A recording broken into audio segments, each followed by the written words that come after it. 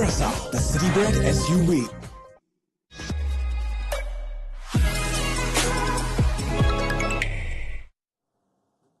How do you make a chase of 150 exciting beyond belief? Dial RCB. If you'd think getting to 150 in 14 overs is one-way traffic, but boy have RCB taken the scenic route against Gujarat Titans. They were 92 for no loss in 5.4 overs. They then lost 6 for 25 in the next 5 overs, making all of us feel that our plans need to be thrown up in the air. But then eventually they didn't lose any more wickets and they get the win and they get the 2 points against Gujarat Titans, which lift RCB off the bottom of the points table. It's been a while since we got to say that. Welcome to Maruti Suzuki Arena, presents ESPN Cricket for Timeout, powered by JBL. One final time this Saturday evening in the company of Mitch McClenaghan, Dasgupta and Shashank Kishore. Must be tough being an RCB fan, so let me first go to our objective journalist, but also RCB fan. Yeah, nerve-wracking stuff towards the middle overs of the innings when they lost those wickets. I wasn't sure what the plan was really. I mean, they looked like they were going for it, and then suddenly when the ball was dug into the pitch by Josh Little, they seemed a little hesitant in each of those shots. I mean, it didn't seem like they went for it fully and just found the fielder. I mean, hard to explain what happened there really, but it was refreshing to see the power play approach. Knowing very well that they had the chance to go ahead of Punjab Kings on the net run rate front. So they've done well, despite those wickets lost. I really want to do all the serious dissection, and we will get there, but I first want your thoughts on that 5-over passage where they lost 6 for 25. Well, I guess you could see what they were trying to achieve, though. In all honesty, they were trying to get their net run rate as good as possible. I think 12 and a half overs, if they chased it down within that time frame, they were going to get to net zero in terms of their net run rate. So they were just going out there and trying to go after it. And, yep, they had a couple down. David Miller's throats off Josh Little. And I wouldn't have said Josh bowled exceptionally well. They were just going over aggressive, trying to make sure that they improved their net run rate, because it's going to be so critical for them come the end of this. And, yep, they had to dig in a little bit there at the end to try and at least get the win. But, a significant win for them, really was.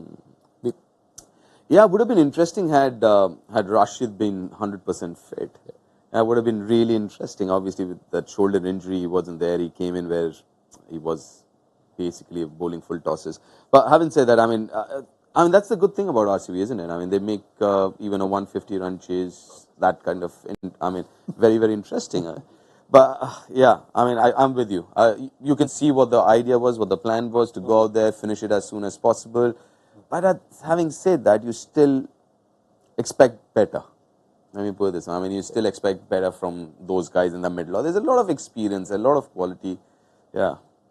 Yeah, when you see the kind of returns Maxwell and Green have had with the bat, there's a chance to, especially for a Maxwell, returning, get 20 runs, but maybe that's just not how Maxwell will ever do things. I think it honestly just looked like they had this ethos between the batting lineup that they were going to go, here's an opportunity, the bowler's done a great job, restricted them to a reasonable score, we can chase this down quickly. And after that start, their MO was to go after it and continue to go after it. I think you probably saw with the shots that were played and how they hold out to square leg and Cam Green down to third man, and we saw it throughout the game, the first innings as well. That's what the wicket was doing. One would skid through, and then one would pop and take the top edge. So we're talking about the wicket being inconsistent. You saw those wickets fall to those types of deliveries. You never knew exactly which one was going to stay low, which one was going to fly and take the top edge down the third man. And, they were positive, trying to still keep that positive approach. Yeah, so let's duck into those first 6 overs of the RCB innings, as we also invite your comments and questions for our panel. We'll put it across to Mitch, Deep and Shashank shortly. Such a contrast in the 2 power plays, 23 for 3 in the first innings, 92 over here. What made RCB go at those gears? I think just kind of realizing that there is an opportunity there. And also when you see the opposition, they are basically one seamer short. Mohit, who does not really bowl with the new ball, bowling the first over. So obviously, I mean, that's the difference between good players and great players, is they kind of see these opportunities and will take their chances, right? And they did, and it paid off. Mohit Sharma, I was a little surprised seeing Mohit bowling the first over with Joshua Little playing this game. But they just saw that, and as a batting unit, as a batter, when you see something like that happen, you can sense it. You sense that opportunity, and I think that's what Faf and Virat did, and it just paid off, and it was good thinking, because again, they did realize that they're at least 20 odd runs short, GT, and if they get a good start, which they did, and then they never looked back. They just went on playing their shots. You're right. There was so much wrong with the way GT went about this whole game, right from team selection through to the impact sub right at the end, to not having Alasima, play 3 spinners on that surface, which was up and down, and then not bowl Manav the first over when we saw Swapnil be successful in the first innings, and you're bowling to Faf du Plessis and Virat Kohli, who do have a history of not playing left arm spin well. You needed that first over to be high quality and put some pressure on, and they're just tactically just all over the show again tonight, unfortunately for GT. Just on Faf, he's had a couple of 60s, but is this the best he's looked all season? Yeah, he has. I mean, he's just come out with a clear mandate of going for it from the first ball. Earlier in the season, I think there were a couple of games where he looked to play himself into the power play and then looked to take the game innings deep. But the change of approach has kind of worked wonders for him. I mean, there's a clear plan there of just swinging and looking to up that strike rate right from the first over, and that's been refreshing to see. And it's not just Faf. I think even Kohli has been mindful of that after a slowdown in a couple of games. Well, was it a few games back where Faf came out in the press and actually said something along those lines? He said, now with the impact sub, there no longer really is that 6-7 balls that you're allowed to get yourself into your innings. And since he spoke about that in the media, there has been a significant mindset change in the way they've approached it from the top, both Faf and Virat. Also, in a couple of games, I mean, they had no option but to go for broke, right? They were chasing 270, 260, so it didn't leave them with an approach to play themselves in. So I think that kind of freed them up, unlocked their batting plans for the rest of the season, and that's the spin-off, I guess, of what we're seeing now. Naveen Sundar has a question which I guess is on everyone's minds right now. Deep, did the pitch change drastically in the second half? What made it so much easier for RCB? I mean, I think the batting made it look simple. I mean, as soon as Faf went, suddenly you saw the new batters coming in and struggling on that surface. So I don't think it drastically changed that pitch. That pitch still was doing what it did in the first innings to a great extent. It's just that when you score 92 of the first 6, there's nothing much as a bowler you can do. But the moment Faf got out, and you could see, I mean, everyone else kind of struggled, came in and struggled. So, yeah, I don't think the pitch kind of changed. It was just, how good Faf and Virat were in those first 6 overs. Yeah, they just missed. They missed from the outset. Yeah, and would you also say the bowling wasn't that great? I mean, there's different types of bowlers, right? You got Mowat taking the new ball. Yeah. He doesn't have the pace or hitting the deck ability that Siraj has got, so it's not going to stick in the wicket. Josh Little is skiddy as well, so he's not going to, like say, Spencer Johnson on that wicket would have been far more difficult because of that into the wicket nature of the bowling that Siraj did as well. So, they just had the right skills for the surface at RCB with the new ball, and they didn't overpitch. Yeah. They bowled that nice back of a length. They didn't give any freebies, and yes, there was some very good batting. But if you give them a couple to get underway, you're always going to be chasing leather. And Noor Ahmed's had a good outing, 2 for 23. But you have to wonder, considering how RCB's bowling fared. We thought about it at half-time as well, that Gujarat with only 2 pacers is always going to be a problem on the surface. It was going to be, and Mitch is so true about the kind of bowlers as well. If you look at Cameron Green, you look at Mohammad Siraj, they're all hit-the-deck kind of bowlers. But when you look at the other side, you're talking about GT bowlers, the 2-seamers, Mohit is predominantly, on pitches where it's going to grip a bit, bowls in the second half of the innings more often than not. Joshua Little is again the bowler who would swing the ball, not really a hit-the-deck kind of a bowler. Yeah, so I guess, I mean, it was always going to be difficult. And then one guy who could have made a difference maybe was Sandeep Warrier. He's one of those kind of bowlers who will hit the deck, and he's been bowling well as well last few games. Yeah, so, that impact substitute thing kind of, Which is why you will keep going back to that moment. Vijay Shankar coming in the 18th over having not bowled at all in the last 2 years. Is it part of a wider problem now? Have you felt Gujarat Titans tactically have been offbeat in more than a few games this season? Yes, I mean, at least over the last couple of games that we've seen against RCB and this game especially, I mean, with the 17th, 18th over, I mean, you're having Vijay Shankar come in, he hasn't bowled, so there's no excuse that he can deliver a couple of seam-ups. Having said that, I mean, it wouldn't have been a bad option to get him in if you really thought he's bowling fit, because Mohit Sharma with the new ball seems fairly limited.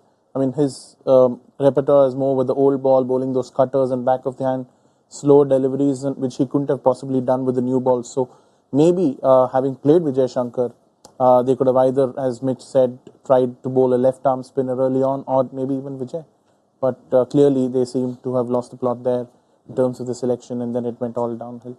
Well, yeah, they should have gone left-arm spin at the start when they should have bowled first over. Josh Little, second over. Hopefully, maybe you would have liked to see play Rashid early, because you're going to try and have to get some wickets, but Rashid wasn't on the park. So maybe that's why they went with Mohit at the start. Yeah, and as far as GT this season is concerned, you also kind of feel for Shubman. First thing, Shami's not available.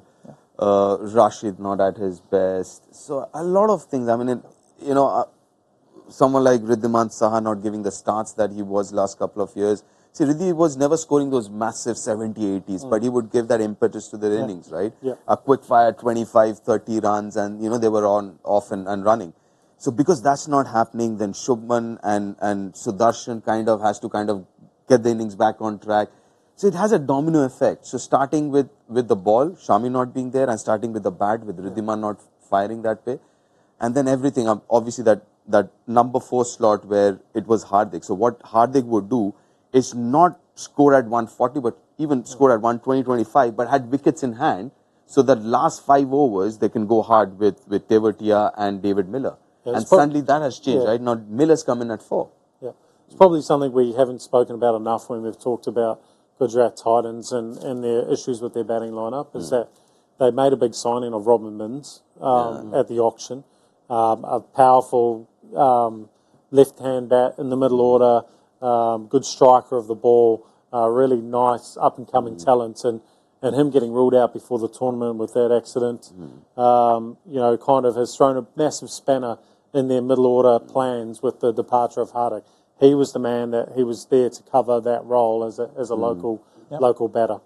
Yeah, it's a side, through their success in those first 2 seasons, we always spoke of this being a side which is just greater than the sum of its parts. Each and every part of that machinery, Saha's quick fire 20s, Tewatia's cameos, Miller, everyone played a part, with the integral parts, of course, being Hardik Pandya and Shami. And all of a sudden you see that those 2 integral parts are gone, and the others are so not contributing, and it just looks like a completely different story. Yeah, I mean, over the course of the season, you've seen them falter time and again across different facets. The first couple of games, the batting really did well. Then they made a couple of tactical decisions. They brought Williamson in for one game. David Miller wasn't in the best of form to begin the season. Then there was a little bit of confusion over the Indian players. They brought in Sharath in one game. They didn't play Shah Rukh Khan earlier on in the season and only brought him mid-season. So they had all the personnel, but they seemed to have a bit of confusion over role clarity, which kind of defined them over the first 2 seasons. So that kind of has cost them a little here. And also their mindset is very much like CSK. They want to, kind of retain the same team for as long as possible. So that does not help, right? If you don't have the right personnel and you've given somebody a go, you want to stick with it for a while. And they haven't, last couple of years, they very rarely changed their side. So it's that kind of a mindset, but without those personnel. Yeah.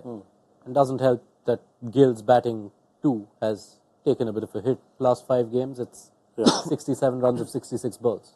Yeah, well, there's so much pressure on them. You've got a whole lineup of batsmen who are not scoring runs. So then there's even more onus on him being able to score those runs for Gujarat. And then there's been the pressure of the World Cup, his first season captaining. It's a lot of external pressure that's been lumped on his shoulders, and that's why I kind of look at like having someone like a Matthew Wade or having someone like a Kane Williamson consistently in your side. We've both got vast amounts of captaincy experience and leadership experience to be there to guide him on the field and just take a little bit of that load off him in the game. Yep, they might not be the best overseas options in terms of what's out there in the competition, but what they add in terms of that experience for Shubman to lean on the field is significant. And also, I mean, looking at Shubman, I know a lot of people are talking about his strike rate as well. So there's some teams who have an extra batter that they can go to as an impact sub. I'm not too sure GT has that kind of a batter who could come in and be explosive. So that's the advantage that some of the teams have, and unfortunately GT doesn't. So even if they do have an extra batter, so what happens is if that extra batter is explosive and you can depend on him, then you can go harder at the top. But unfortunately, I don't think GT has someone like that. Yeah, they don't have. They've got Abhinav Manohar, who was one of the big auction picks. But I think he's played one game this season and didn't do well, and then he's back on the bench again. So again, that middle order's confusion seems to have. So that does not help Shubman and Sai Sudarshan and their strike rate and all of that, I guess. Well, we are on the batting conversation. Devang Sharma saying Gujarat's batting lineup has never been a complete firepower batting lineup. Without David Miller, this batting lineup has to be one of the weakest. Without an informed David Miller, it has to be among the weakest in the tournament. Is that something? That's a fair comment to make, I guess. In terms of T20. In terms of T20. T20, in terms of you're thinking about strike rate and everything else. You've got one-day style of players. Agreed? Yeah, I think so. Yeah, I mean, given the fact that they've got the top three who've got the lowest strike rate, numbers suggest so. So I think it's a fair comment to make. Vignesh G on RCB, all Indian lineup with overseas loaded batting, working well so far for RCB. Unfortunately, have they found this combination too late? Yeah, I mean, I was a little surprised. Remember, Vaishak had a really good game and then he was dropped. He didn't play for the next 3-4 games. It was a little surprising why he wasn't playing. I guess so. I think Will Jacks coming into the playing 11 has made a difference. I mean, the couple of innings that he's played. I guess, I don't know, I mean, maybe, at times teams do need a spark when things aren't going their way. Yeah, we saw it with Delhi, didn't we? Yeah. Fraser McGurk comes in and all of a sudden the rest of the batting lineup starts firing. He's had that effect for RCB, hasn't he? Mustabir Khan asking why the delay in bringing Rashid Khan. Mustabir, that was down to Rashid being off the field for the first 10 or 11 overs when Gujarat were on the field. He had a bit of an injury in the first innings. He took an external blow to the shoulder. So, quite often when he was probably out there batting, it was still okay because it was still warm, but when you take it straight direct to the muscle, once it cools down, it restricts. So he might have had some shoulder movement. We saw him getting some physio on the sideline. So it was obviously restricting him being able to bowl. JM asks, I feel Gill's captaincy has been hot and cold this season and it's impacting his batting as well. Would it be better to do a captaincy switch since Kane is in the squad and allow Gill to play freely?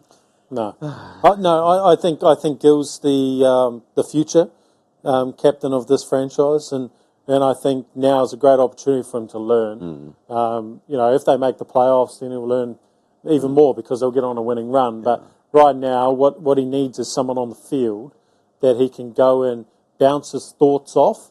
And get an experienced answer back. So he starts to learn the process of thinking like a captain under pressure. And at the moment, I don't know who that is on the field. You've got Miller on there who's got experience, Rashid, but they're generally fielding on the boundary. Yeah, it would be nice to have someone a little bit closer to him to be able to have those conversations.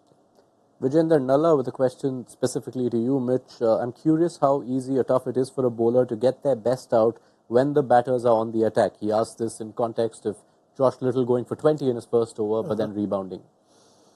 Look, it's difficult, but it all comes down to your preparation. So if you're prepared for the batters, the type of batters, you should know your plan A, B, and C. And then I think outside the power play, you saw Patidar and Glenn Maxwell. You saw Josh Little had clear plans on where he wanted to attack them, and maybe the plans weren't as clear in the first over. As well, when you're trying to chase or defend such a small total, you're also trying to see if the ball's going to give you a chance of getting early wickets. And because the first couple of overs went for a decent amount of runs, by the time Josh Little got the ball, it was all on. It was all on. So maybe at that point, if I was in that position that Josh was in, that you probably have to see what's happened before. You're watching every ball or first ball of the over, what the batter does, particularly the other seamers. Does he come down the wicket? Does he back away? And trying to formulate what your best first ball is going to be. Quite often, I feel like a lot of bowlers out there now, they don't read the game and what batters have been doing in previous overs. So they don't calculate what their first ball needs to be. So in this case, first ball probably needed to be either a Yorker or a slower ball or something that they're not expecting.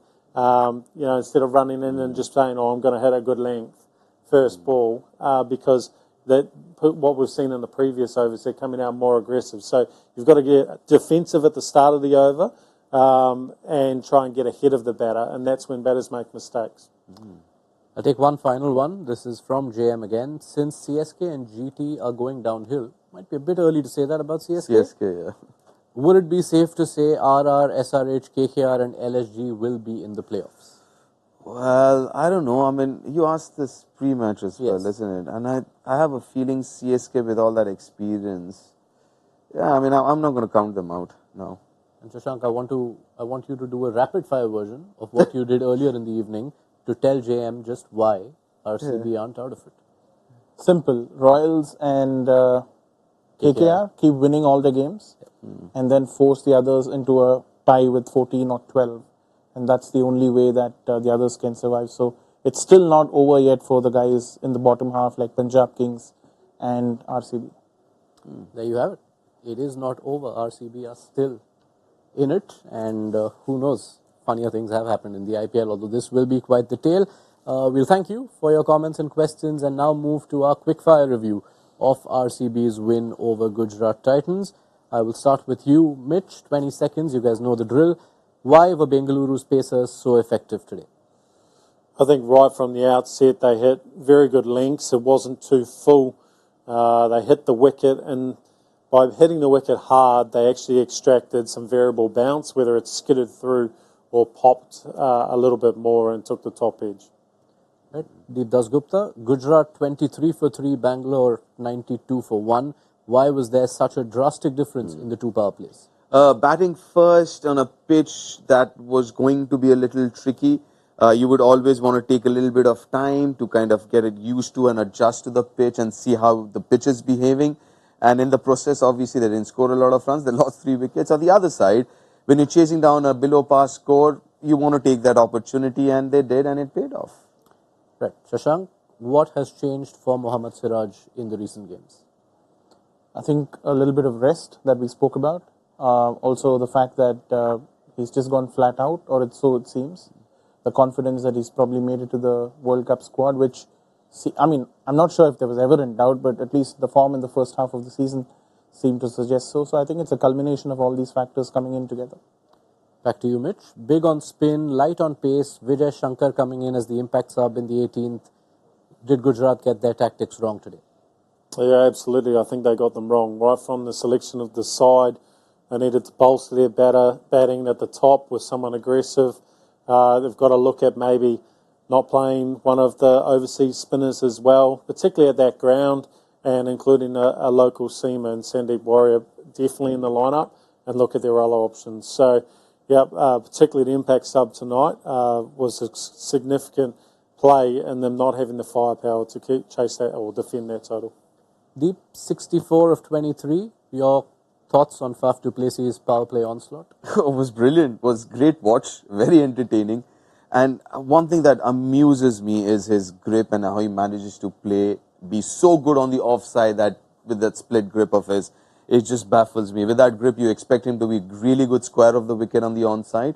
But how good is he over mid-off and extra cover with that grip? But extremely entertaining, and that's the difference between a very good player and a good player, is seizing those important moments, which he did tonight. And finally, Shashank, victory today, but is RCB's middle order still looking fragile? Slightly fragile, but I think, as we spoke about it, I think it was more so, they went hard at it and just tried to take their chances. Didn't come off today, but I think the team as such will be buoyed by the result. 3 wins back to back. I think they haven't achieved this in the tournament earlier, so they've got some serious momentum with them. So I don't think they will really be bothered about the middle order crisis just yet. All right. And thank you. That does it for the rapid fire. Before we get to the points table, where it's a significant move up for RCB, let's see how everyone's fared in the impact zone. Oh.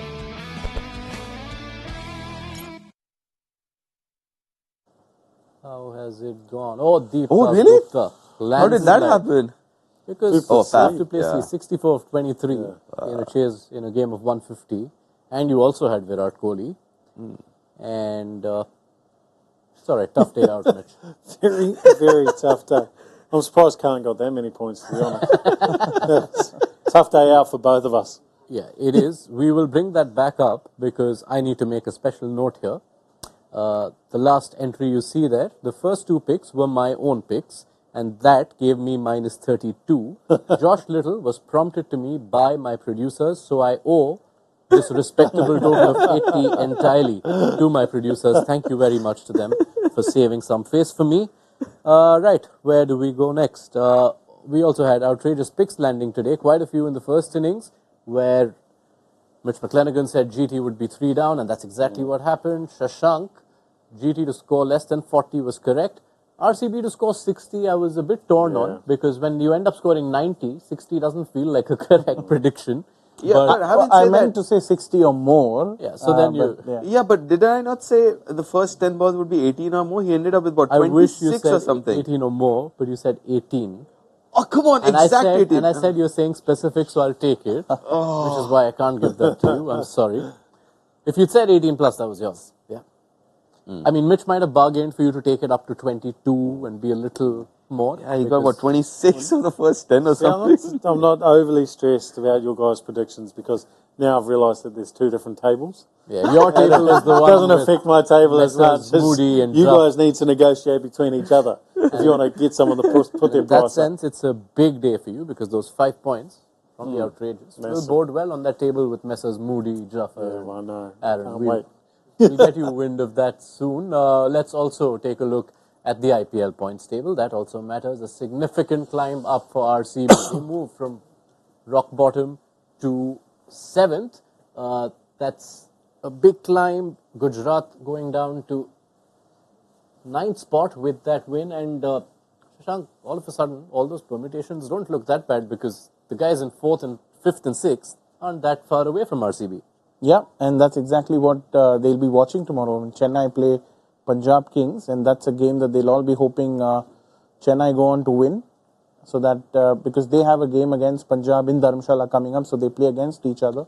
So from RCB's point of view, they'd look for the CSK win first up tomorrow. Yes, those are a few big games coming up. CSK against Punjab, and then later Lucknow versus Kolkata. But this was a day of some terrific performances from RCB that have helped them climb up. You had Siraj bowling, you had all their pacers, and then Faf du Plessis with a magnificent effort with the bat. Speaking of which, there is another outstanding performer that I have always followed. JBL is a brand with over 75 years of audio legacy, known for its signature sound in top-of-the-line products like soundbars, party boxes, and speakers. You get to experience the same legendary sound in their exciting range of active noise-cancelling headphones and TWS earbuds, now at prices never seen before. Check out unbelievable offers on the official JBL website. Oh, and by the way, you can use the code JBL into Cricinfo for an additional 10% off. Where is mine? Can I borrow those? No, what borrow? Where is No, when Runner comes back, because I saw the noise cancellation. So when Runner comes back, I want to wear those for the whole show. All right, we will throw in a word to our sponsors. We might do well with having more of these around. It was quite active. Were you guys talking? Behind my back. We're whistling. Yeah. Yeah. We're trying to put you off. That's how good. Well done. That is how good it is. So go ahead and buy it and use that discount code. And that should just about wrap things from us this Saturday evening. Mitch McClenaghan, Deep Dasgupta, Shashank Kishore, thank you so much for your company. That was fun. It was also quick. 11:20 and we're done. That's a good Saturday evening. And we'll be back on Sunday afternoon. Double header day. Chennai taking on Punjab. You've got Lucknow against KKR. Thank you, Shashank. Later in the evening. Lots riding on those two games. So be sure to join us just before toss time in the afternoon game on Maruti Suzuki Arena. Presents ESPN Cricinfo Timeout, powered by JBL. And if you haven't already, download the ESPN Cricinfo mobile app. It'll have you covered with all the reactions from RCB's win over GT, as well as it will cover you with the previews to the Sunday double header. See you then on Sunday afternoon just before toss time.